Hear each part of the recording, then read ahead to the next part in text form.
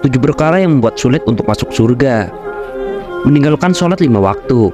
Melaksanakan sholat 5 waktu merupakan kewajiban bagi setiap umat muslim di dunia.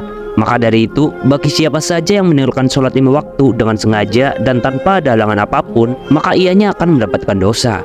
Hal ini juga tercantum dalam Quran Surat Al-Qalam ayat 42-43. Anak yang durhaka. Mereka yang durhaka terhadap kedua orang tua, menyakiti hati mereka, apalagi sampai buat ridho orang tua terluka, maka tertutup sudahlah pintu surga baginya.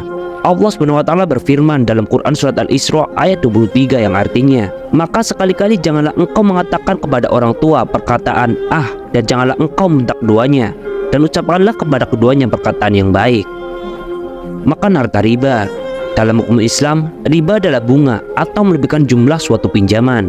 Allah SWT sangat melarang umatnya untuk melibatkan diri dengan perbuatan tercela ini, sebab dalam Islam, hukum riba adalah haram untuk dilakukan. Memakan harta anak yatim. Allah SWT berfirman dalam Quran Surat An-Nisa ayat 10 yang artinya, sesungguhnya orang-orang yang memakan harta anak yatim secara zalim, sebenarnya mereka itu menelan api sepenuh perutnya, dan mereka akan masuk ke dalam api yang menyala-nyala, neraka. Suka menggunjing. Allah SWT berfirman, hai orang-orang yang beriman, jauhilah kebanyakan prasangka, karena sebagian dari prasangka itu dosa. Dan janganlah mencari-cari keburukan orang, dan janganlah mengunjing satu sama lain. Quran Surat Al-Hujurat ayat 12. Pecandu miras.